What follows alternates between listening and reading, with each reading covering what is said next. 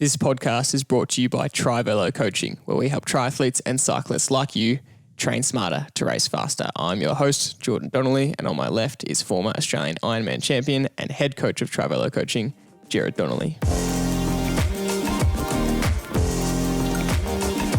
Last podcast episode, we spoke about what we should be doing differently to the pros because we can't expect as age groupers, as amateurs, to be able to train as well as the pros. But what about age grouper to age grouper, amateur to amateur? Not all age groupers are created equal. So depending on your level of experience, your ability as an athlete, and many other factors, you need to be training differently to other athletes around you. So what do you need to change? What are the levers that you need to be pulling differently? We discuss all of that in today's episode. Dad, welcome back to the podcast. Let's start with our normal segment. What are you grateful for?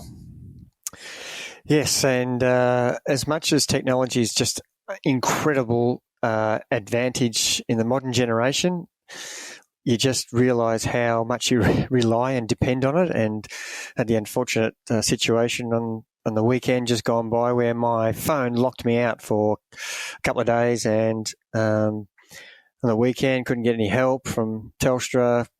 Just stuck with no way of communicating. I just felt so hamstrung. Had some great competitions happening over the weekend where normally I would be on the text message going, freaking awesome result, well done.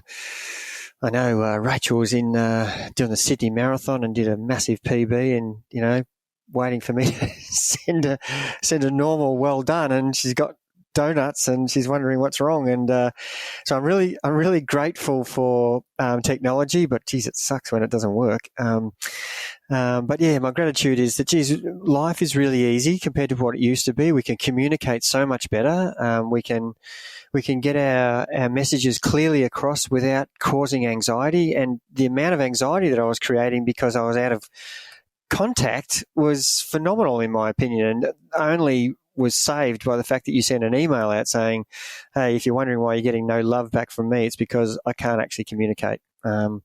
So I'm grateful for it, but at the same time, I'm a little bit unhappy that I'm relying on it so much. But it is the nature of the modern technological world. But I am certainly grateful that I don't have to send SOS signals, but like we did back in the 80s and 70s and 90s when we had to try and find a red phone booth somewhere to get a phone call. We were supposed to meet at the footy outside gate 4 and there was no one there, and you didn't know where they were, and they're coming late or they've been held up in traffic, and you're just standing there waiting with no possible way of communicating except if you went and found a phone booth and rang their home number. And of course, they're not there because they're out trying to meet you. Is just so much easier.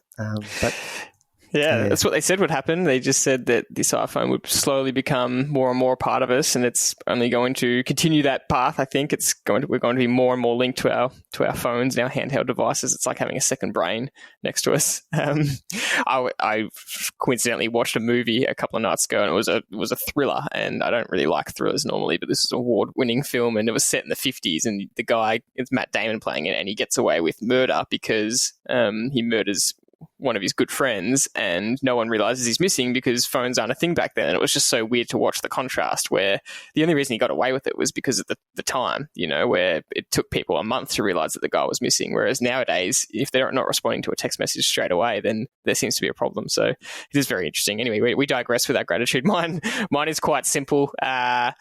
We experienced some warmer weather this month, and it's always nice to me. It doesn't always happen on September 1st. Sometime the first couple of weeks of September, you wake up and you go outside and there's not that cold bite to it. You don't have to wear your puffer jacket, or you can go outside in just a jumper or sometimes just a light jacket. And it's that first spring morning where you know that the weather's turned, and it's instead of being 4 degrees outside or 6 degrees, it's 12 degrees or 14 degrees. And it's just a really nice feeling, and it's a real sign that the weather has turned and there's only warmer weather coming, which everyone is happy about. That's ironic from someone who spent a fair bit of the last winter in warm temperature. I do it for a reason. I know that is your gratitude is well founded, because even though you're only spending a small amount of time in a winter Melbourne, that even when you find spring coming, you're still grateful the fact that you've only spent 12 hours in Melbourne's winter. And Yeah. That's great. Don't hate the game, Dad. If you can escape Melbourne winter, then you got to do it. I'm all for it. Definitely. What's caught our attention? What has caught your attention recently? Funny. I just saw a photo on Instagram, and it made me just think about what are we doing in triathlon in our bike leg of the endurance event.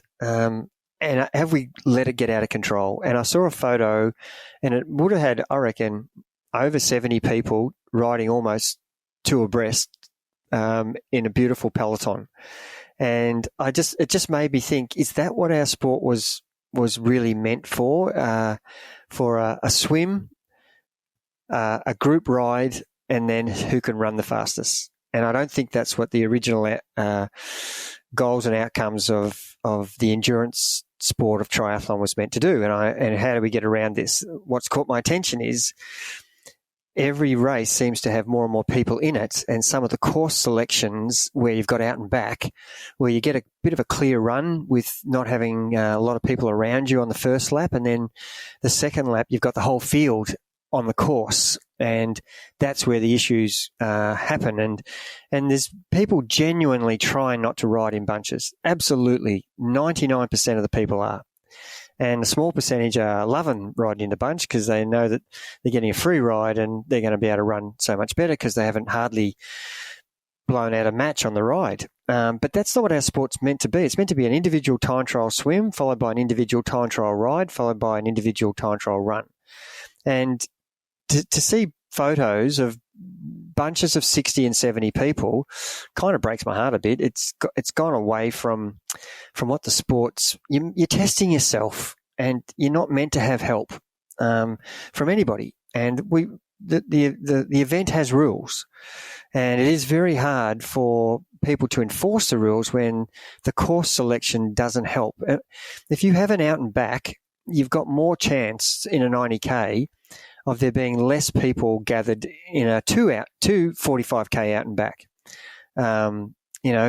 or 4 laps, or, multiple laps might be good for your friends and family to see you a lot, but it's taken away the goal of being an individual sport. And if that's the way we want to go, then by all means, make it all legal drafting, and that's a different sport, in my opinion. And I feel bad for the marshals trying to control a group of 60. What do? Do you just, give everybody in the group 10-minute penalty? Well, my answer is yes, you do. It won't help that particular day, but the next time they line up for a race, they'll think, well, my time was different by 10 minutes because I had a drafting penalty. I'm going to do everything I can not to get a drafting penalty. So if a group form, I'll have to either let them go or get ahead of them. And that is a dilemma in itself, because here I am as a coach saying, don't spike your power, and you might have to do that to get ahead of someone. And there's a dilemma of, you're riding against what you've trained at, which is trying to time trial with even power from start to finish, and hold the same power and not fade. And if you're doing all these little match burning efforts to try and get past groups of riders, it's going to make for a harder ride in the end. Maybe we need to train a little bit more where we're doing some efforts in the middle of some steady state race like power or running efforts. But that's what's caught my attention is the dilemma of the popularity of the sport to its own detriment, and I think the course selection has a lot to do with it, and the amount of people who are allowed to enter.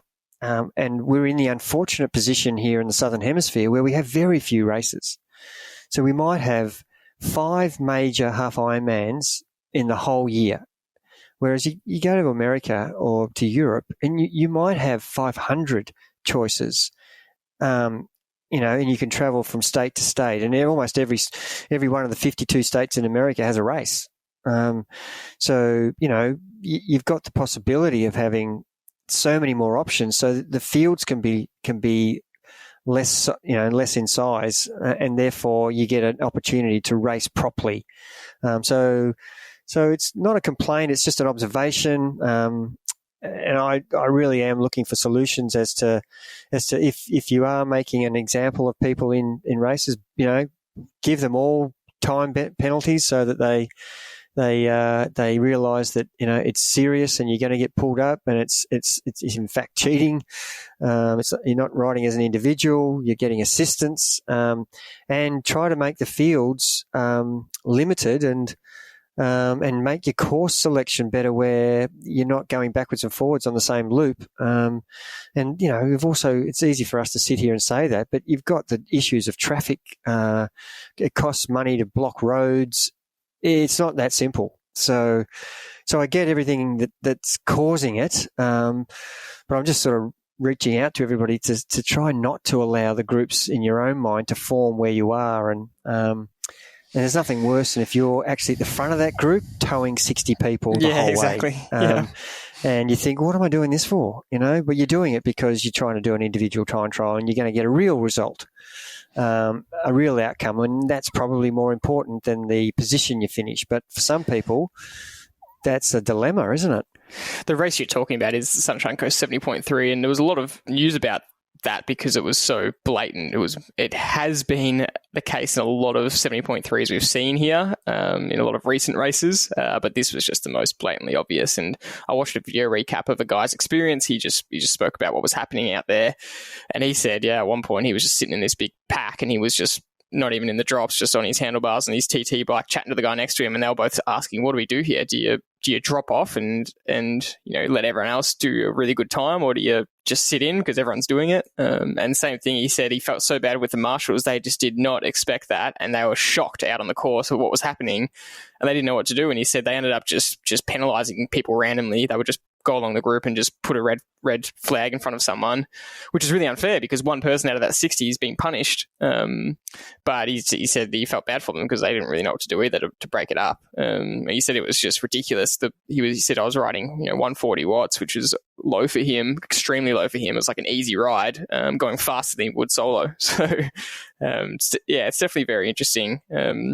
And he actually did the maths on the video, which I liked, and he said it is exactly what you're saying, course design, because there was 2,300 people, I think, entered in the race, and if you get those 2,300 people out in the bike course and you ask all of them to be 20 meters apart, that adds up to some absurd number, like 15 kilometers, a 15-kilometer train or something, for everyone to be equally spread out. And so it's just not really possible logistically for that to happen, and the race organisers do need to take that into account and understand that the course needs to allow for that.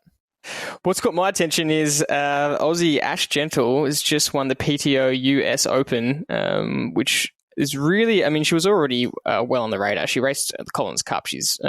But she's now cemented herself as easily Australia's best triathlete at the moment. She's won her last 3 races in a row, but this was super impressive because she mowed down a 7-minute lead on the run leg, which is just phenomenal against the caliber of athletes. And she beat Lucy Charles-Barkley, who you have to admit is coming back from injury. It's only her second race back from injury, but she's still a world-class athlete, and Taylor Knibb, who is also just an absolute superstar talent from America. And so, Ash Gentle was really showed her strength and talent by not only winning her last 3 pro races, as well as the Collins Cup, but winning this PTO US Open. It was really an impressive performance and great to see an Aussie absolutely dominate like that. Yes, it is so good to actually finally see the Aussies back in the top echelon of triathlon. It's been a long time between the successes that we've had, and we've had lots of successes over the last 30 or 40 years. You can rattle off so many quality triathletes, endurance triathletes who have won the biggest races in the world, and it's been quite a drought. So it's great to see so many quality athletes coming back through the field. And this week we're what's caught my attention, second stage here. I want to add another one, which is going against the grain a bit, but this is the UCI World Championships coming up in Wollongong. By the time this comes out, they would have been won and done. And to see the individual time trial for men and women, and to see finally Grace Brown get second in the time trial and only lose it by the smallest of margins and the last rider. She sat on the throne of first place for the whole race. And I think Van Vleuten, no, it wasn't Van Vleuten, it was Van den Block, I think. I can't remember who it was who beat her because I was so intent on her winning the title. She was so close, but yeah, some of the really good, talented female and male cyclists coming through, and Luke Platt finishing really well up there in the time trial. Just a young kid, and seeing what happened this year in the Grand Tours with the Aussie youngster, male and female, really dominating stage races and winning the Giro. And, being in the top 10 in GC in every one of the 3 Grand Tours. And there's like 10 or 15 riders from Australia now, young kids who are right up there with the elite riders of the world. And it's really great to see, not only in triathlon, as you just mentioned, but in cycling as well, that we're back, really leading the charge in producing some really great young cyclists. And it's really impressive to watch. I can't wait to see what happens this week. It's going to be really exciting at the World Road Race titles coming up this weekend. And who's going to take it out? It's going to be interesting. The course is quite challenging. It's got 4,000 metres of climbing for the male race, and quite a lot of climbing in the female race as well. So you have to be a really good one-day specialist to win this. You have to be that anyway to win a world title, but to be able to get over 4,000 metres of climbing in a one-day race is a lot of climbing. So the type of rider that will win this, you wouldn't think a guy like Van Aert could win this, but yet he's won Ventoux, he's won time trial, and he's won Champs-Élysées, so he can do everything. It's hard to go past a guy like him, but you've got Alaphilippe, who's won multiple world championships, who recently crashed, and I don't want to go through all the names, but it is going to be exciting to see just how it pans out and the tactics of the countries, because here they're so used to riding with their teams who are doing all the work for them, and now you have to ride with your country, which is you're riding with riders who are in rival teams, but now you're under the one umbrella.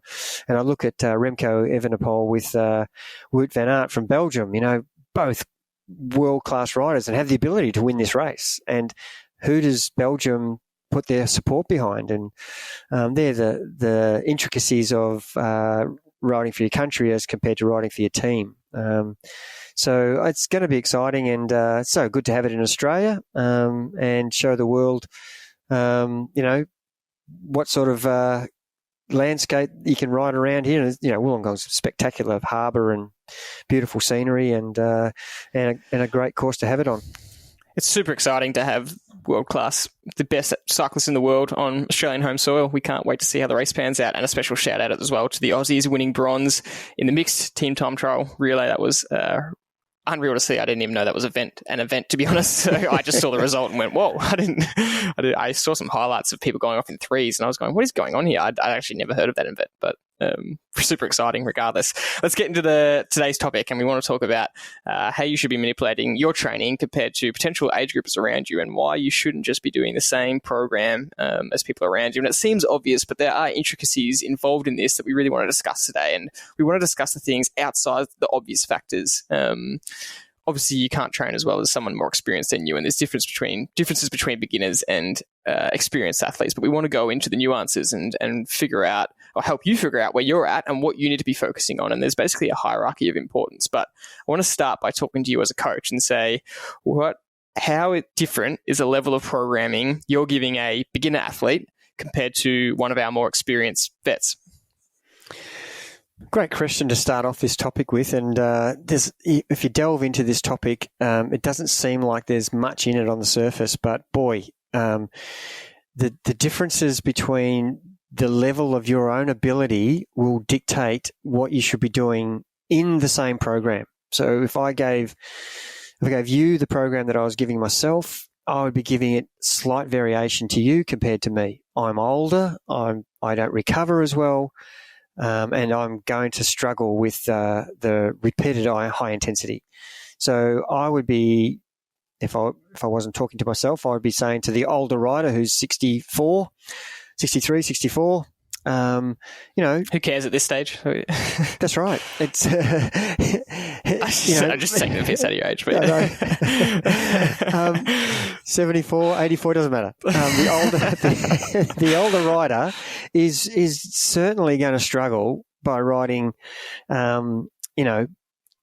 3 high-intensity rides or 2 high-intensity rides or 1 high-intensity ride. There's going to be a variation there depending on where your level is. So you can be a very experienced rider and cope with that as a 60-year-old compared to a newbie, someone who's new to the sport, hasn't cycled much, hasn't done many triathlons, hasn't run much, but they're just wanting to get into the sport. You just can't give them the same load.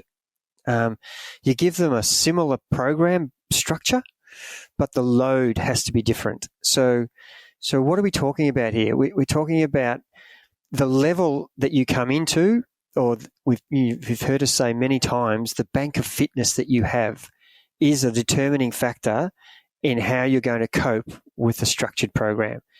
So I'm forever asking, what have you been doing in the last 6 months, 6 weeks, 6 years? And the answer might be, I've swum twice if I'm a triathlete.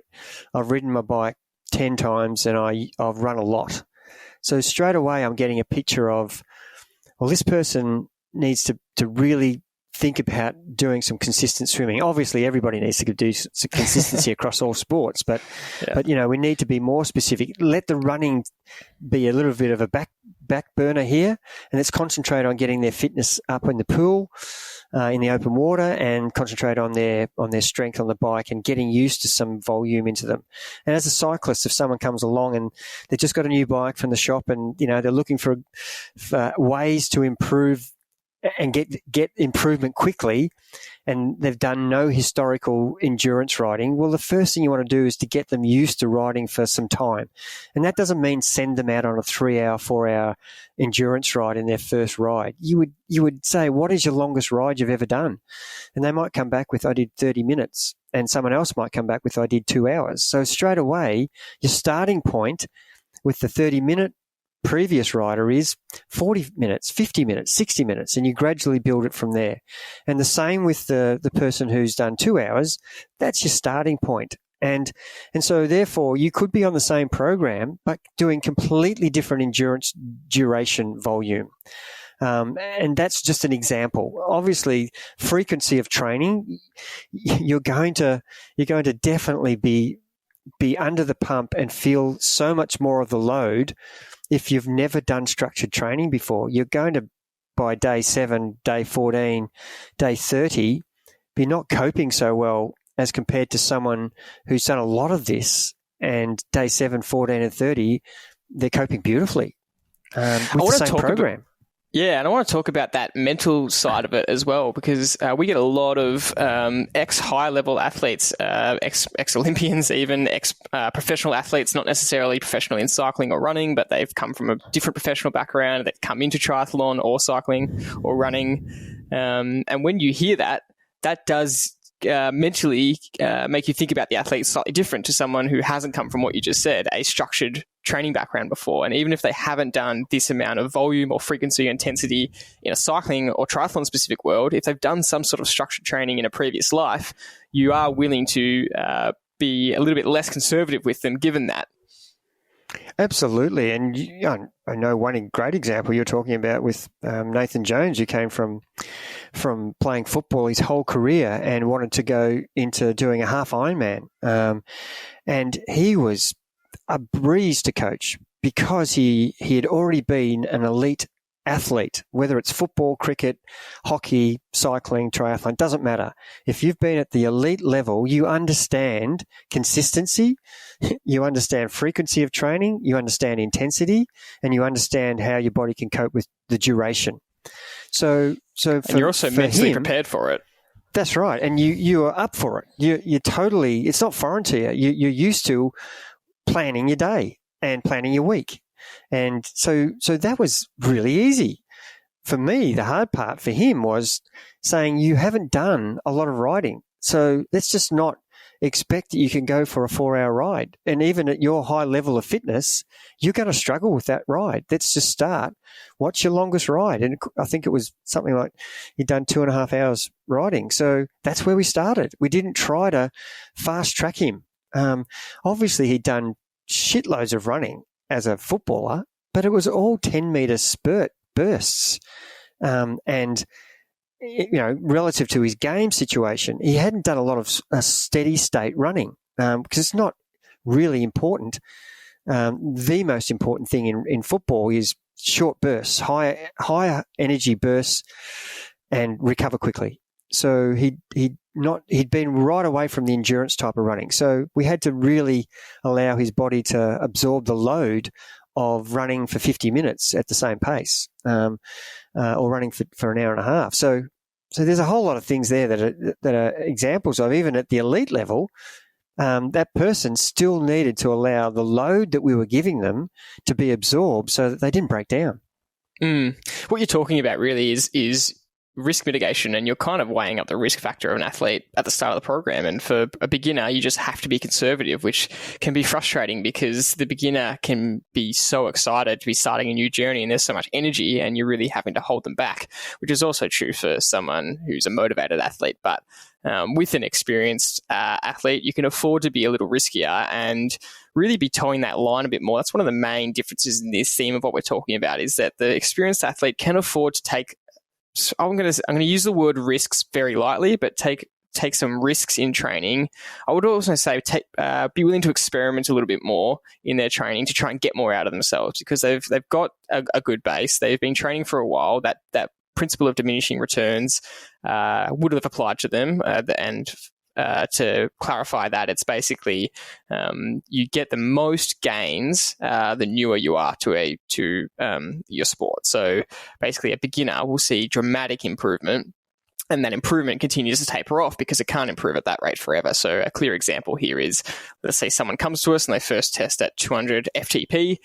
Their ability, and they're a beginner athlete, their ability to improve is sky high in potential. Their next test, if they train really well over 8 weeks, they could jump to 230 or 240 in FTP, which is just a massive jump. And then the next one, they might jump to 260. And then every test after that it's called diminishing returns, because the return will slowly taper off. And so the next one might be 265, and then the next test might be 268. And then every single watt of FTP increase becomes harder and harder. And so this is why we talk about, or why I'm saying that you can afford to push yourself a little bit more, toe that line a little bit more in terms of experimentation. Because if you're an experienced athlete, your FTP is 300 watts, and you're trying to get every single little 1% or extra gain in wattage, you can afford to do things a little bit differently and really toe that line, compared to the beginner doesn't need to do that, and they can still get those gains. Yeah, totally agree. And while you were saying those examples, I was thinking clearly that I'm absolutely willing to push someone who has got a great fitness bank more than I am with a person who I know is fresh and new.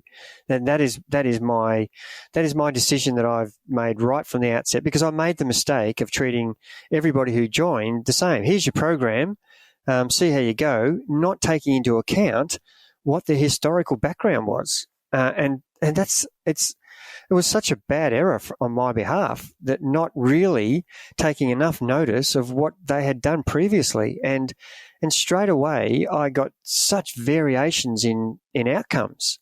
And now we don't get variations in outcomes. We get very predictable outcomes, because we've taken such great intent on understanding where the athlete is at their current state. And so when we're trying to find out what level someone is at, I'm forever telling them at the start of our program, I'm not trying to see how good or bad you are. I'm just trying to see where you are on the level of the fitness level spectrum. That's all I'm trying to find out. And if you test at 100 watts for your FTP, I'm not making any judgment about that. I'm just saying that's where you're going to start your program from, and therefore we'll make less mistakes. rather than me saying, geez, you're coming from a long way back. That's got nothing to do with it. It's where we want to start the journey. And they're the things that I really now hone in on in finding out what their previous experience is, what fitness they are currently at. They may also, an example be, they have done, as you mentioned, elite level training, but they haven't done it for 10 years and they've got the motivation back. Do I start them as an elite level athlete? No, I don't. I'm absolutely going to start them as a beginner. And I apologize to them saying, I'm sorry, this is where you're starting. And generally they'll go, no, I understand. I get it. And because they've been a professional athlete, they understand how the load on the body won't cope. They will be probably injured or exhausted. So they get it. And it is all about where you start from, what level of fitness you come into. And we use a lot in the podcast, if the pre-season training for hockey or for football or for soccer or whatever sport you're playing, if you come in with a level of fitness that's 10% above the rest of the squad as a team event, you're laughing all the way. Your pre-season is going to be so easy. But if you come in and you've done nothing from the last season to this season, you're going to have nightmares. You're not going to be able to sleep because you're going to go, oh no, tomorrow's session is going to kill me. And most of the clubs aren't allowing for that, but they're getting smarter. They're just saying, here's your preseason 16-week program. Everybody has to do this amount of work as a runner, yet they've got all these people coming in with different levels who are going to get injured straight away or burnt out. And the fatigue they carry, they won't be able to train. So I did that mistake in 1986 when I was only 19 at uni, and my dad asked me to take the local Yallourn soccer club pre-season training, and we had players who were 17 and we had players who were 40. And I was just young, naive, enthusiastic. Dad, your team's not fit enough. They need to do more running. And so I gave them this brutal running program. and after 2 or 3 weeks of the 8-week pre-season, half the squad was injured. All the old guys couldn't cope. Boy, did I learn a lesson there. And I made a huge mistake. I treated everybody the same. The old guys needed nurturing. The young guys, I could push them as hard as I liked. They were going to cope, no problem. But that's an example of really making sure that you, as a person who's coming to this sport from a layoff, as a newbie, or who's already elite and has a huge level of fitness, your program will be manipulated to suit where you are currently, not what you historically have done and what you're proud of, but where you are right now. It's so true what you say about what we've learned, because I was listening to a podcast with Joe Watson, and he's a professional footballer here in Australia, and he was talking about his fitness was such a inhibitor in his career, and back in his early days of his career, I think this was 2003 or 2004-ish, he was turning up to each preseason and he was just so far behind the group, and their sports science was so bad back then that they just had everyone doing the same thing, and they had everyone doing the same load, and they weren't tracking it. And then he ended up going away and finding his own fitness coach, and who got him super fit before the preseason. Then he came into preseason way fitter than normal, and he was able to double his training sessions because he was recovering so well, and he had to do all that on his own. And then nowadays, I know that at these football clubs, their sports scientist, their exercise physiologist who's running the fitness program, actually is tracking the total load and pretty much the total stress score, which is the equivalent of what we'd say for triathletes or cyclists, which we use in Training Peaks. They're tracking the acute total load of these players continuously throughout the week and deciding when they should train or not train based on that, which is such an advancement. Their players are rocking up to training each day, and he's saying, you can't do this volume today. You need to do half of this or 3/4 of this or a quarter or none. And that is just a much smarter way of going about it, and shows how far sports science has really come since then. And I agree with you. I've made a similar mistake years ago helping a friend of mine do some running training, and we talk about, this is the next part of the topic, we talk about the 3 levers a lot, and we don't want to harp on about them again today because we have spoken about them a lot. And the 3 levers of training that you can manipulate are frequency, volume, and intensity. And I made the mistake of, he's more of a beginner runner. I'll just give him slightly less frequency, slightly less volume, and slightly less intensity. And he still got injured, and albeit that's part of the programming, but also some pre-existing things as well with running form. But it's really important to understand that you can't just, take a copy and paste approach and just, turn all these levers down a little bit each. That actually doesn't work. You have to think about what's happening with these levers and what impact they're making. So I guess, the obvious ones are beginners can't handle the frequency. They really have to be careful with that. And that's why it's the first lever that you need to get right. First, and it's always getting the frequency of training and building that up slowly is the number one thing, and then getting your volume up after that once you're getting used to the frequency of training is second. And then what we want to really focus on today is intensity and understanding how your training intensity should differ depending on who you are, where you're at in your program, what your race is, and we do really want to dive into that. And what do you see as the key aspects of intensity that we need to be focusing on? Well, intensity, generally people think that that's our hard training day, but we're not using it in that terminology. We're using it as what's your intensity in your recovery ride? What's your intensity in your zone 2? What's your intensity in your VO2? What's your intensity in your threshold or sub-threshold? So once you understand that's what we're talking about, it'll help you get to figure out that in every one of those specific types of training sessions, the intensity is really got such a range. So as a recovery ride, you would think there isn't much of in the intensity range, but there is. I just experienced it literally 3 hours ago, where the group that I'm currently riding with, they all agreed that we were doing a recovery ride, and yet on some of the rolling undulations and my recovery ride, the intensity for my recovery ride needs to be less than, I'm saying 150 watts. That's about the maximum I want to see on my screen, whether I'm going up a hill or down a hill. But to keep up with the bunch, I was seeing 250, 300 watts up some of the hills and just getting so angry with myself, going, why am I riding with these guys? But I still want to be social. And so that dilemma of I've got the wrong intensity for this session straight away. And so once I get away from the hills, I know that it's only going to be 3 or 4 hills on this particular day. They'll go back to riding where I want them to be riding. And I can't force people to ride what I want to do when there's 14 people in the group. So I'm better off just riding separately or just putting up with it for a couple of little efforts on the hills. And then when they get on the flat, make sure that I'm sitting in and not on the front. And so the intensity on the recovery ride, can be from 20% to up to 50%. So if I'm feeling shattered from an incredibly big training block, I will be down as low as I can.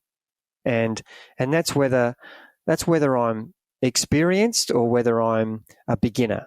I'm using that particular session as recovery. So it doesn't matter if you're really fit and you can cope with the load. This is one of the sessions where intensity has to be as low as possible. Whereas all the other sessions, we're trying to see where we can push ourselves to the top of the range for our intensity. So that's got rid of recovery. So the zone 2 session, again, it's a really grey area of what's acceptable and what's not. And we use, for zone 2, we use a secondary data point, which is heart rate. So if you're doing zone 2 for endurance as compared to zone 2 for a short ride, there's quite a different level that's going to happen. Fatigue will occur over 2 hours, 3 hours of a zone 2 ride. You might have a zone 2 ride that goes for 4 hours. So your ability to ride zone 2 for 4 hours compared to zone 2 for 1 hour is going to be hugely different in the power that you're going to push, because you are creating fatigue over hours of riding. You're burning fuel.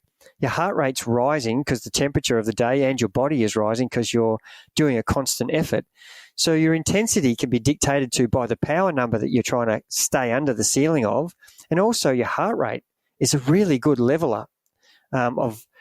The example I'll use is one of the Wednesday rides I did. It was a 3-hour ride, and I know that my heart rate can't be over 137 beats. And I think we've talked about this example once before. And so my power in the first hour was okay at 220 watts for 137 beats. I'm looking at both of these metrics. And then after an hour and a half, the temperature's gone from 15 to 25. I've burned a fair bit of fuel. I've gone, 45K, and I'm heading to 90K. And I can see that my heart rate's going at 138, 139. So, okay, I have to now drop my power down to 210 or 205. Right, it's now stabilised back at 137. But already I've dropped 15 watts. And I'm experienced. I've been doing this a long time. So I'm really manipulating the intensity of this session in one session. And so in the 2-hour mark, I'm now at 190 watts for 137 beats. I'm still not on a very hard course. It's the same course I've been on for the whole ride. But the fatigue and the load that I'm now created from 3 hours is causing my heart rate to really spike if I kept 220 watts. So now I'm only allowed to ride at 190 watts because if I do, I'm going to be outside the range. So there's a really good example of even from an experienced rider knowing the intensity can vary in one ride. This is a great example, and I want to dive into this a little bit more because there's a lot of decisions that could be made here around this session. The fact that, how long was this ride, would you say? 3 hours, 4 hours? It was a 3-hour ride. Yeah. Now, most people aren't fitting a 3-hour zone 2 ride into their week unless you're up that upper end of the experience scale, which you are. And so, with the context of this discussion, you do want to figure out, where am I on the scale of complete beginner to super experienced, intermediate in the middle? Whereabouts am I? Am I somewhere between beginner and intermediate? Am I pretty much bang on the beginner, but not complete beginner who's never ridden before? Am I up towards the experience end? Because that would dictate a lot of decisions here. And one is, okay, you're fitting a zone 2 ride into your week. How long is it going to be? Because for a lot of people, they haven't done that before. So just fitting an hour zone 2 ride will be tough without getting that heart rate drift or that heart rate correction that you were speaking about. That heart rate drift is that after the first hour and a half, suddenly your heart rate was creeping up for the same power. And so if that was happening, there would be a strong argument for someone who's more towards the beginner end of the scale to stop the session, because you're actually going to be creating too much fatigue. Your body can't handle it, and it's going to impact the rest of your week. And you shouldn't be trying to hit a 2-hour or 3-hour zone 2 session, whether it's a ride or a run. The run comparison would be 60 to 90 minutes, for example. You're not going to be doing a 3-hour zone 2 run. But the point is understanding, where this can fit inside of your program and your ability. And Joe Friel actually has a rule that you shouldn't complete your base period of training until you can do a 2.5 to 3 hour plus zone 2 ride without that heart rate correction, without that heart rate drift. So he wants you to build up to that point where you can do the 3 hours, ride at 220 watts, and for your example, stay at 137 beats per minute, and your heart rate doesn't creep above that, even though the ride's going longer. In that example, I imagine you might not have been at peak fitness, and that's why that creep was probably happening. Is that correct? And also, Jordy, the temperature went from 15 to 30. The heat of the day, was really forcing my heart rate to go through the roof, and my heart rate was protecting me from riding too hard. So in that example, it might not have been a fitness thing; it might have just been a temperature thing. Yeah, and it was, and I knew that, and I felt fine, and was able to do the rest of the week comfortably. But you're right; we don't want the athlete who can't cope with that load to put themselves through that. And this example I would be talking about would be not a midweek ride. This would be a weekend ride, a zone 2 weekend ride where you've got the opportunity and you're trying to improve your endurance. So you need to push the duration. Whereas the example you thought I was talking about was a midweek one, where we're in between the 2 hard training sessions. So that's completely, and that's another great example of a zone 2 ride between what sessions? Zone 2 ride after a recovery day, a zone 2 ride that's got endurance component, or zone 2 ride that's only in between high intensity. So straight away, we've got intensity being different in the one zone 2 ride. And yeah, I mean, taking that example one step further, and a more experienced athlete who's got their high intensity day on a Tuesday and has got their high intensity day on a Thursday might be able to afford a 3-hour hill ride on a Wednesday at zone 2 and it not impact their recovery from the Tuesday or their performance on a Thursday because they're that experienced. They've built up to that. And it takes a long time to get to that.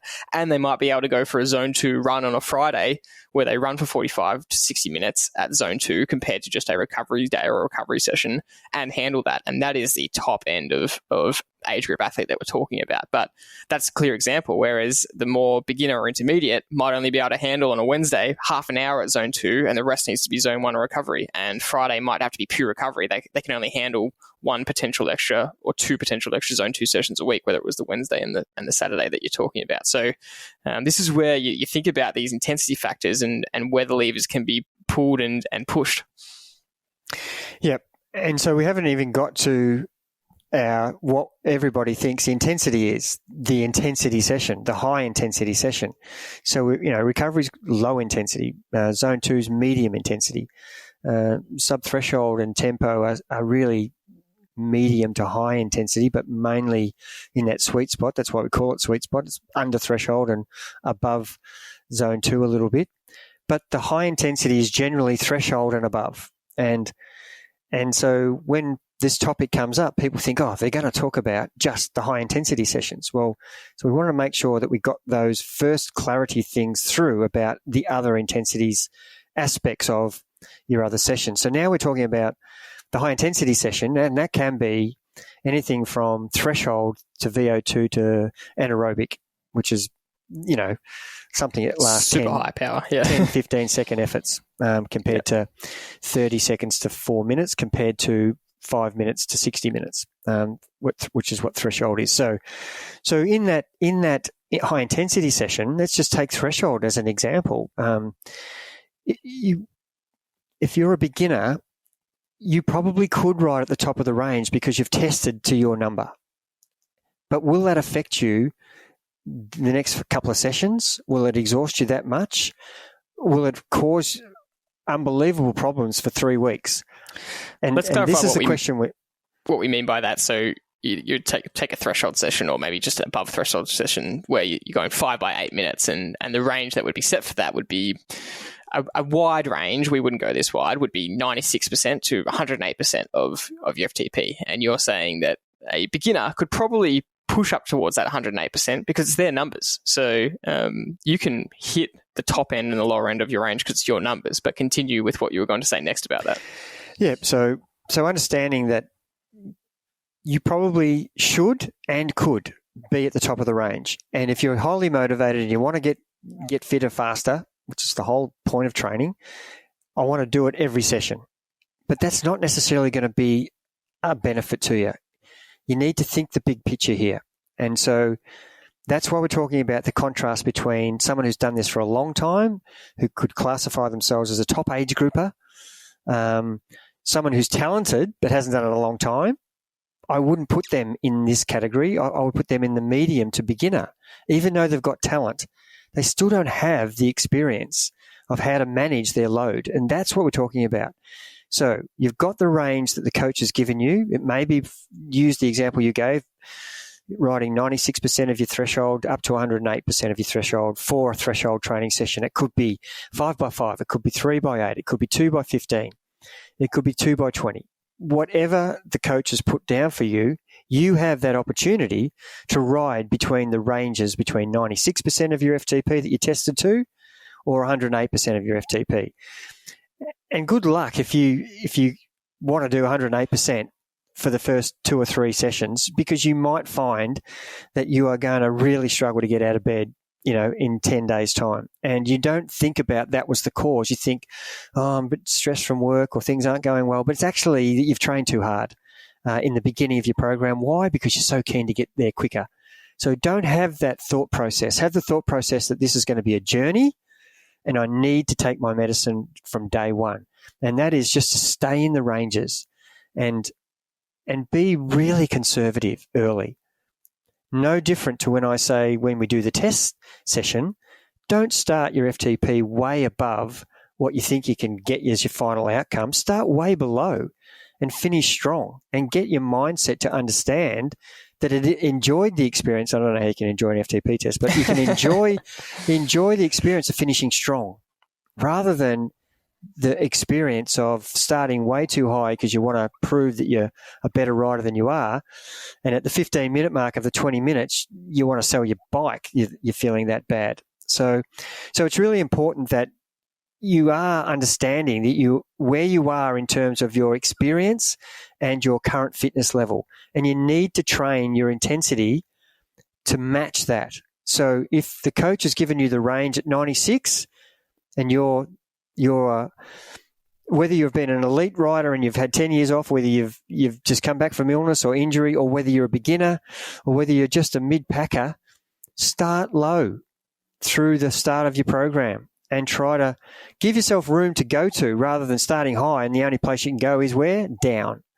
So that's my advice, and I think you will be so much more benefited from training that way and not trying to get the quick fix. The quick fix never works. It's the person who can do the long journey that's at the end of the, the three little pigs who built the house. The guy who built it flat out with the bare minimum, his house blew over. The guy who spent weeks doing it with bricks, his house stood the test of time. He's got the base, he's got everything right. That's the way we should look at it, and not try to take shortcuts that if I train flat out like this and in 4 or 5 weeks I should be where I want to be. Well, that's just rubbish. It's just not going to happen. And I really like this example of the range that we're talking about, 96 to 108%, because theoretically 96% should be too easy, but don't, if you're somewhere on that beginner to intermediate scale, don't shirk that percentage, because I say theoretically it should be easy, because if you're 100% FTP number, which is what you should be able to hold for an hour, if you're riding at 96% of that to 98% of that for 5x5, which is a 25 minutes worth of work, or what you said, 2x15, which is half an hour's worth of work, that's below what you should be able to hold for an hour. So it should feel easy. But when you put that in the context of a brand new program where you're now training 5, 6, 7, maybe if you're a triathlete, up to 10 times per week, that frequency is way higher than you used to. You have to put this session in the context of that. And you could push higher, but when you're suffering from fatigue because you're not used to this training frequency or this training volume, plus you're trying to do these sessions, suddenly 96% is a little bit of a relief, and it should be at the start of your program. And that's why it's so important for the beginners to be looking at that potential range, even though it's probably not the ideal stimulus, like you said, that's going to get you the training benefit. We're happy to sacrifice that potential training stimulus and potential training benefit earlier in the program to get these other things right, to build this base, which is what you're talking about, compared to the experienced athlete who has proven that in these 5x5 minute efforts, they can hold 108% they can hold that very top of the range for 5 minutes. They need to start thinking about, okay, can I push 109%? Can I push 110%? And not only do that once, but do it for a block and not be overtraining. Do it for a block for 2, 4, 6, 8 weeks. And hold that and look for those potential gains without ruining their week, without overtraining that session and affecting other sessions. So they're the two contrasting positions you could find yourself in with the same session. And we've got to be a little bit careful, Jordy, because we don't want to ride outside that range, because it will affect definitely other things down the track. So we're saying that if you get to a point and you are able to ride 108% 5x5 and could possibly ride 109, that's a great outcome. Why? Because you need to be retested, and your FTP is slightly too low now because you've improved, and so you shouldn't really be able to ride more than 108%. If you can, you need to retest as soon as possible. So there's a couple of really good things that you've raised up in that last sentence, and at the end of the day, that's all we're after is, okay, great, if I've got to the top of this range, I need to be retested. And that is one of the things we talked about way back in the beginning of our podcast, was if you don't retest and you start to ride at 109, 110%, and you can ride 112%, well, your FTP is way out of whack. You should not be able to ride 5x5 or 2x15 at 112% or 113% of your FTP. And if you didn't test, you would find yourself eventually stagnating and not improving because you haven't set the bar higher by retesting yourself. So they're good examples of yes, it's okay to be at the top of the range, but the minute it becomes too comfortable, then before that happens, we would be testing you anyway. But yeah, exactly. Yeah. The whole goal of training stimulus is to be able to keep doing that progressive overload. And so if in one block your 108% is 350 watts, you'd hope that you could keep improving. And the next block your 108% is 352 watts or 354 watts, and that's where that overload's going to come in. I guess to finish off, we kind of want to summarize by just looking at the mindset and understanding or giving athletes an understanding of what they need to be focusing on, which will really help you in your training program. If you're clear that, if you can get really clear that, okay, this is my goal of where I'm at right now, and you're really big on this, Dad, you always want people to think about where they're at in their program, how far away from your race are you, but a lot of frustration or disappointment or resistance to sticking to a program is because you feel like you should be doing something different. A beginner's kind of getting frustrated because you feel like you're holding them back or they're going too slow. But if they change their mindset to, okay, this is where I'm at right now, the things I need to be focusing on are getting used to training consistently and showing that I can do a really good base period and complete these sessions without overtraining, without creating too much fatigue, without getting injured. Getting in my zone 2 sessions, plus my high intensity sessions, plus my endurance sessions consistently and frequently, and getting that volume up before worrying about getting the intensity up. That's the mindset of that beginner in that base period, compared to the experienced athlete is asking themselves, okay, I've got all this down pat. Where can I find incremental gains? Where can I be pushing myself a little bit more at the top end? Where can I be fitting in more of a zone 2 session where I'm pushing that time out a little bit more, and I can do that midweek ride you're talking about on a Wednesday that's 3 or 4 hours in the hills, where my heart rate stays down and it doesn't impact my other sessions. I think, this is a real kind of final point we want people to realize, is to understand what type of athlete you are and then where you are. And if you can understand that, you'll have more congruency in the type of training that you're actually doing. There's a lot you've said there. And I suppose you need to separate the two types of athletes once you've identified, or even the three types of athletes. Are you at the pointy end with lots of experience? Are you at the pointy end with no experience, but you're really talented? Have you been in the sport very long? Have you been in the sport for 1 minute and you've just started? So definitely the consistency thing is that person. They just need to let their body slowly and incrementally absorb the load. And so it's a hard question to answer simply, because when I'm talking to someone who's unbelievably talented and very experienced, very fit, they're looking for those 1%ers, and often they will think, I need to train harder. And that's true to a point, but you need to still have the other things happening with recovery. And the example would be, if you could extend your zone 2 or your endurance rides and keep your intensity as it is, don't muck with your intensity sessions. Don't make your zone 2 rides harder, make them longer. Don't make your endurance rides harder, make them longer. Then your fitness aerobic capacity will go through the roof. We've got so many examples of runners that we've coached who have not necessarily done any more intensity, but they've just run a lot more volume with strength as their key thing, and yet they're still coming out and running, smashing 5K PBs, 10K PBs, and they're training for marathon or ultra marathon, yet they're still able to run fast, but they're not running fast in training. So doing more intensity, from all the testing we've done and examples of athletes we coach, doesn't necessarily correlate with improvement. So keep the intensity in the zones for the sessions that have high intensity. Keep the intensity in the zones for the sessions that are recovery and tempo and sweet spot, but do them for longer. Add more volume to that. So if you're trying to do a hard, high-intensity session that's got VO2 component where we're trying to do 120% of your FTP up to 140, don't go and do 40 minutes of it instead of the 20 that you've been given. That's just going to kill you. Do 20 minutes of it and do an extra 15-minute warm-up and cool-down. That will give you an incredible fitness aerobic boost to burning fats, body learning how to cope with the load of the nutrition that it needs, just the leg strength and fitness that you're gaining from, the cell breakdown and the muscle repair that's happening with the warm-up and the cool-down. Don't underestimate that. You don't have to ride more intensity in the intensity session to get fitter. You just have to add extra duration to it. And so the Zone 1 ride, instead of you've mastered the 1 hour, do that for an hour and a half. The Zone 2 ride, you now be able to do an hour 15, an hour 20. If you've got the time, do the Zone 2 for an hour 45 if you can.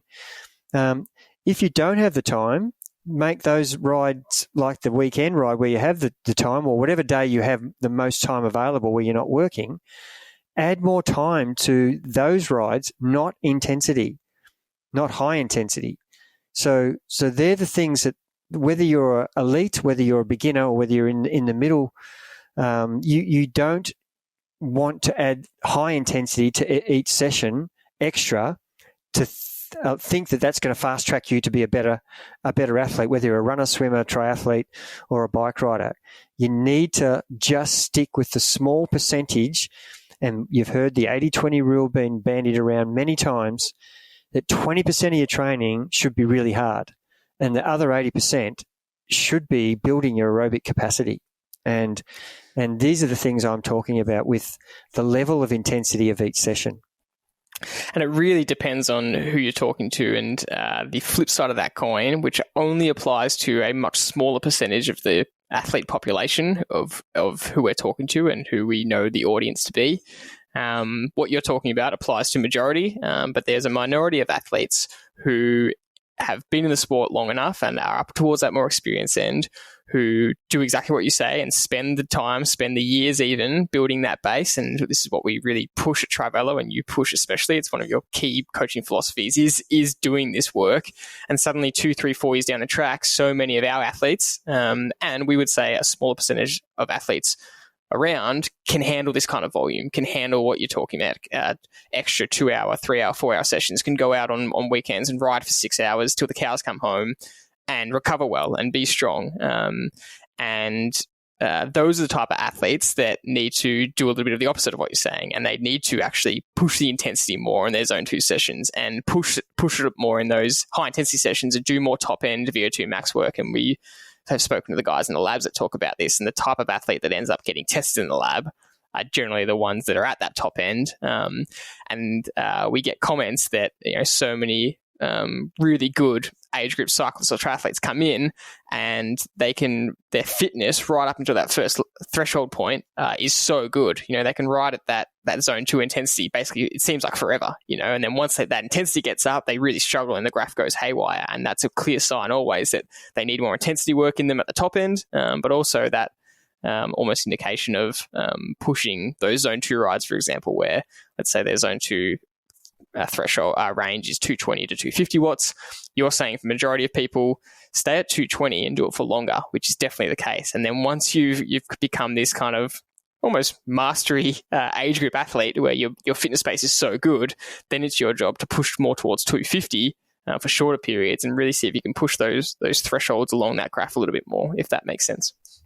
That's a great summary. But I'd also add that, when you're doing your VO2 or threshold high intensity sessions, as compared to your intensity sessions with Zone 2, you will still be better off keeping the Zone 2 lower and trying to ride the high intensity section harder.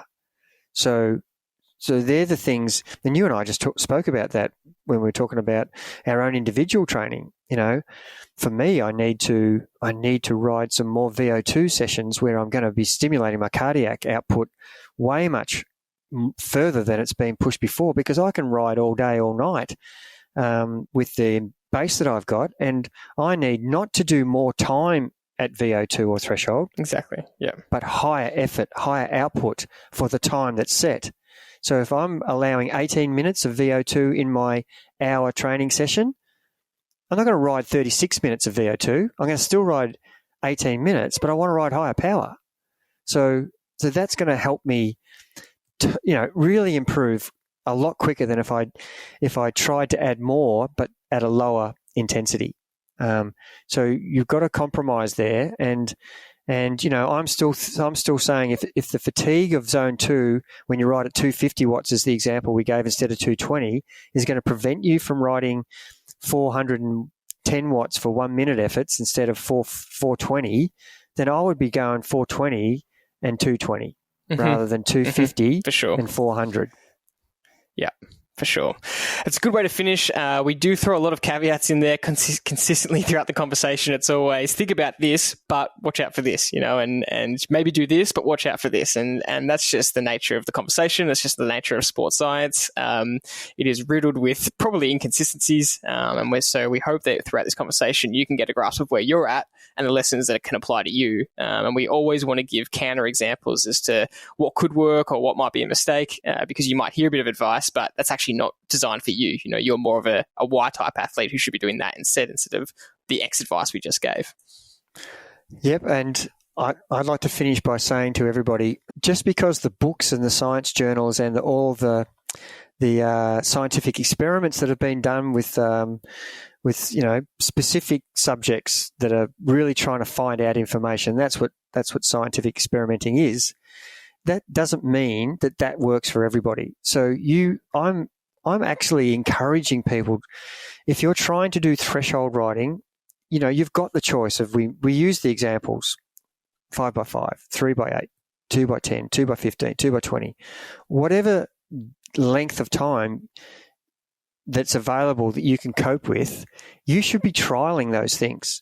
And you might find that the 5x5 brings you up better than 2x20 or 3x15 or 4x10 or 4x8, whatever.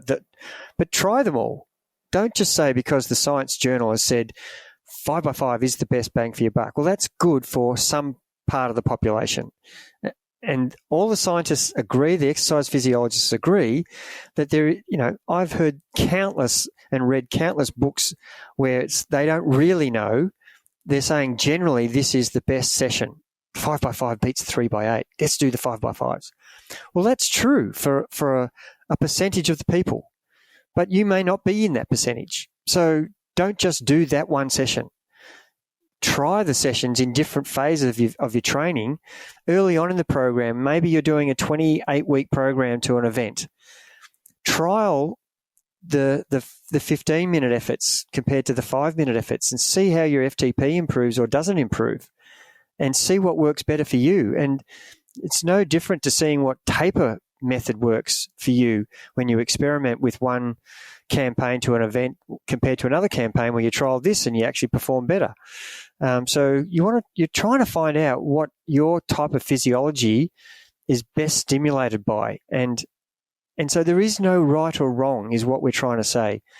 We're trying to propose examples for you to understand that it's not like a rule book where if you follow this rule, this will be the outcome, because there's so many variations to each human being that one size doesn't fit all. So be very careful when you just see that worked for Chris Froome or for Pogačar, that might not necessarily work for you. The variables do complicate things a lot, because you might even try the 5x5 and then next block you try the 3x8, and 3x8 feels way better because you've just had a really good 5x5 training block and you're fitter, or the 3x8 feels better because you're now more used to the training, and so the frequency feels easier. So you do have to weigh up a lot of these factors consistently. And yeah, I think self-experimentation is the hardest to get objectively right. But you're spot on. It's about not being constrained by potential pieces of advice of this is the best way to do things compared to this way.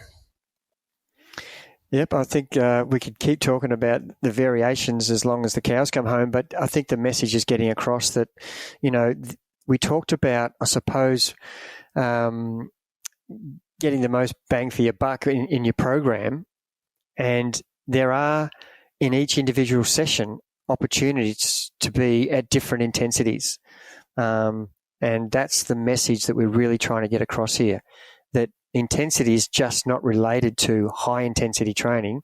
It's related to every single session. And if you can understand where you sit in that intensity so that you can actually fulfill the requirements of your program day in, day out, then you will get to the line in great shape. That's a great way to finish. This has been a long one. As always, we love talking about this stuff and we end up dissecting and discussing it till the cows come home, as you said, Dad. But that is it for this episode. Thanks as always for listening, and we'll see you next time.